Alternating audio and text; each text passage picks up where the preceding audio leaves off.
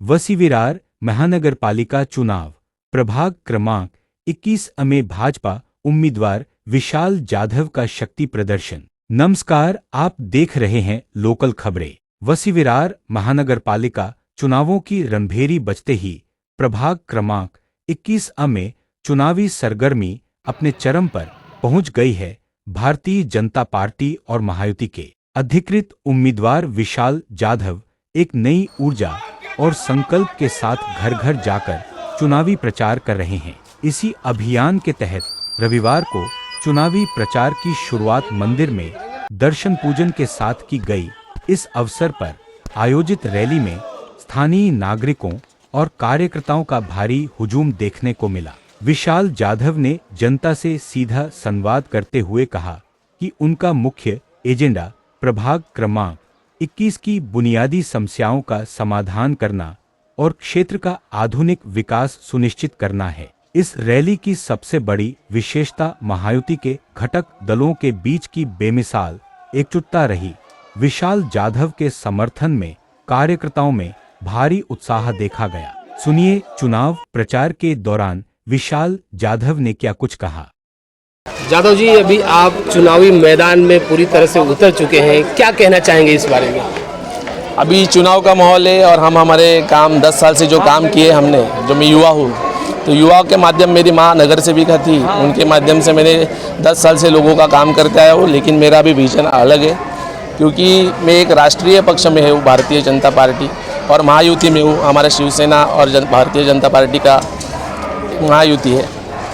तो इसके माध्यम से मैं कहना चाहूँगा कि लोगों ने जो 10 साल से जो भ्रष्टाचार कई सालों से किया है, लेकिन मैं 10 साल से देख रहा हूँ, क्या जो मेरे नज़र में आ रहा था वो कहीं ना कहीं हमें दुख दे रहा था। तो अभी हमारा विज़न बड़ा है। हम लोगों के जितने बड़े छोटे सब काम है, खाली रोड रास्ते गटर का विषय नहीं है, ये तो सारे लोग करने का कि हम नगर सेवक बोलेगा तो जनता का नौकर, जनता के जो टैक्स आते हैं उससे नगर सेवक के काम जो करते हैं उसी निधि से काम होता है। तो हमारा विजन ऐसा है कि हम भ्रष्टाचार कैसे हटाएं, फिर युवाओं को नौकरी कैसे दें, और ख़ास करके जैसे लोगों में प्रचार किया जाता है क्या भारतीय जनता पार्टी आने के बाद तुम्हारे घर तोड़ेंगे, ये करेंगे, विरोधी पक्ष वाले जो प्रचार कर रहे हैं उसके खिलाफ हम हमारे अप्पा राजन अप्पा बोलो आमदार, हमारे स्नेहाताई दुबे, मंडी दुबे, हमारे विलास का विजन सबसे ज़्यादा है कि हमने नाला सोपरा में जो प्लेग्राउंड जगह है, जैसे कुछ भी नहीं बचा है, सारी जगह पे लोगों ने स्लम जगह में ये कर दिया। अभी एक अच्छी टाउन प्लानिंग नहीं होगी, जहाँ पे गरीब जनता के लोग घर है उनको कैसा लीगलाइज किया जाए, इसके लिए सबसे पहला आवाज़ विधानसभा में उठाया हमारे तीनों आमदार ने। हमारे आज जो परिवर्तन तो होने ही वाला है, भारतीय जनता पार्टी 2 से भी ज़्यादा सीटें आने वाली है और जरूर आएगी। आप बता रहे हैं कि आपके जो आमदार हैं उन्होंने बहुत सारी चीज़ें लेके आई हैं, मगर जो आपके विरोध में खड़े हैं आज चुनावी मैदान में, उनका कहना है कि वो लोगों को कहते फिर रहे हैं कि पिछले 1.5 साल के करीब होने के लिए आ गया है और इन्होंने सिर्फ लॉलीपॉप दिया है, कुछ काम नहीं किया। किस चीज़ का लॉलीपॉप समझा नहीं?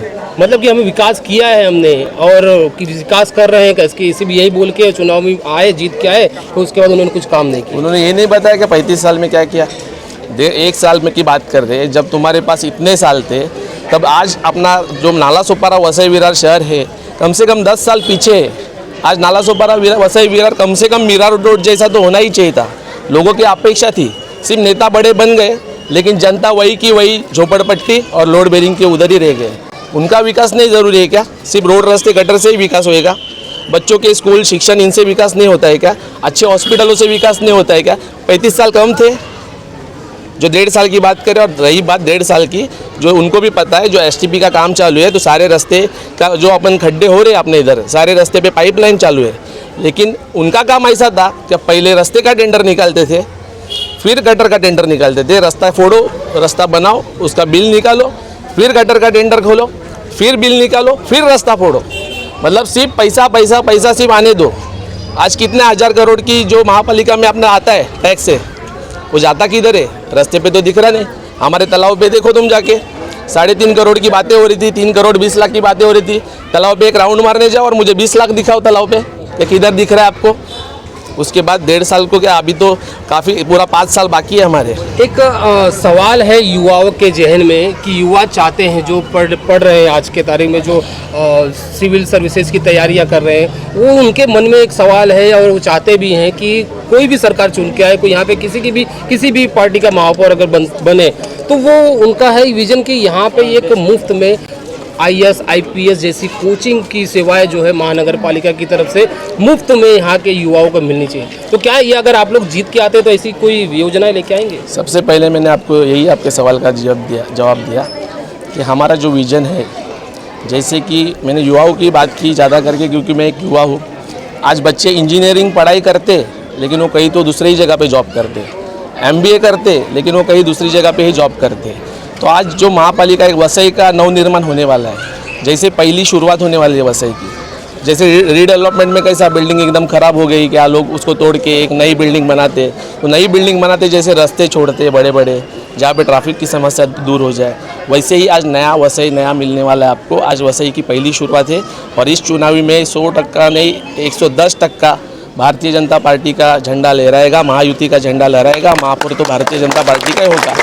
उसके माध्यम से हम कई जगहों पे जैसे लाइब्रेरीज हुए, जैसे जहाँ पे शिविर होएगा, जैसे IAS का तुमने बात की, कोई अच्छे मार्गदर्शक आएंगे, अच्छे वक्ता लोग आएंगे जो अपने युवाओं को मार्गदर्शन करेंगे, क्योंकि आपने इधर किसी को मार्गदर्शन नहीं मिल रहा है। आज ये हम जहाँ पर खड़े हैं, एक अम्बेडकर नगर जो बस्ती है, एक दलित बस्ती है, बाजू में आदिवासी समाज की बस्ती है।